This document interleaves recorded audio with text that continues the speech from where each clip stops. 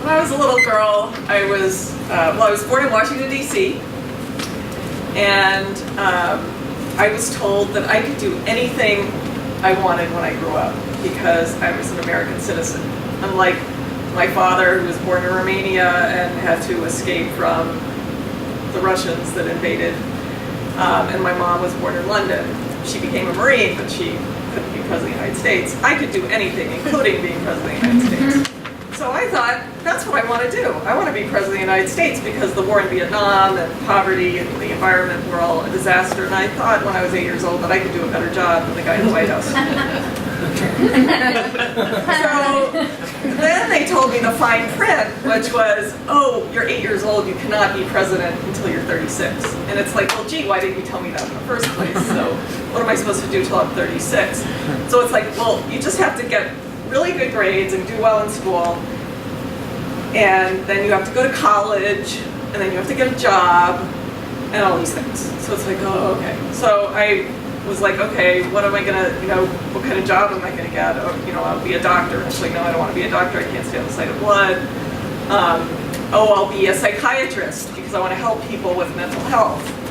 And it was like, oh, you have to go to medical school, which has the blood stuff. So it's like, okay, I want to be an architect and an urban planner so that I can make cities that are environmentally friendly and great.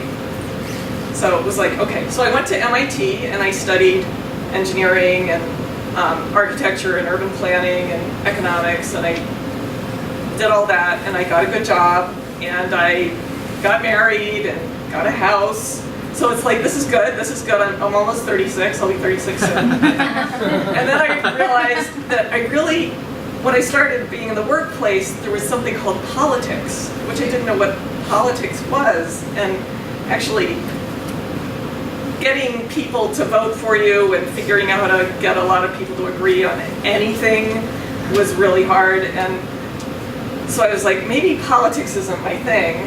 And then I also realized that you had to be able to speak in public. And my experience speaking in public had not really gone very well. And I remember when I was giving a talk at my big job after MIT, where I was basically practically crying in the bathroom after my speech. And then I found out it was actually good. They were just very serious because they were all engineers, and they were just listening to my talk. But anyway, so the years kept going, and I eventually became president of a company at 36. And I actually got to use a lot of the, it was a medical records company. And so I was on my way to helping with healthcare and mental health and physical health by running this healthcare company. And I was also making the lives better for the people in the company by making sure they were getting paid well and that the clients were happy and that they had health insurance and were treated with respect. So I felt very good about that. So I was thinking, this is good, I'm president of something, everything's great. And then my marriage fell apart, and quite suddenly, when I actually got a better job and moving into a better house, and my husband said, I'm moving into an apartment and you're not invited. And it was like, what am I supposed to live? So all of a sudden I got to be literally homeless because there was a period of time where I didn't have a lease and was between whatever. So that was awful. But I survived, and I eventually got another job, and I started my own company so that I would be president of something, but it was doing things my way because I really wasn't very good at the politics and sucking up to people that I didn't agree with. So I started my own business, and that went really well. Until I realized that there's something called corporate governance, where you need to get votes, which is a politics thing, which is like, oh, crap. But anyway, so to make a long story short, then that company was history, and then I was stuck there with no job, no husband, and wondering how to pay for the house.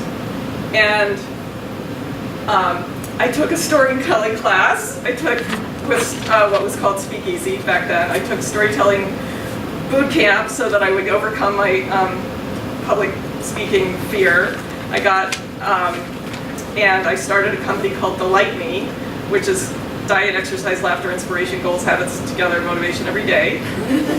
And we are helping, it's a life management, coaching, and goal management platform, and we just got 2 checks today, which will enable me to keep going with the house and the business and taking care of my mom.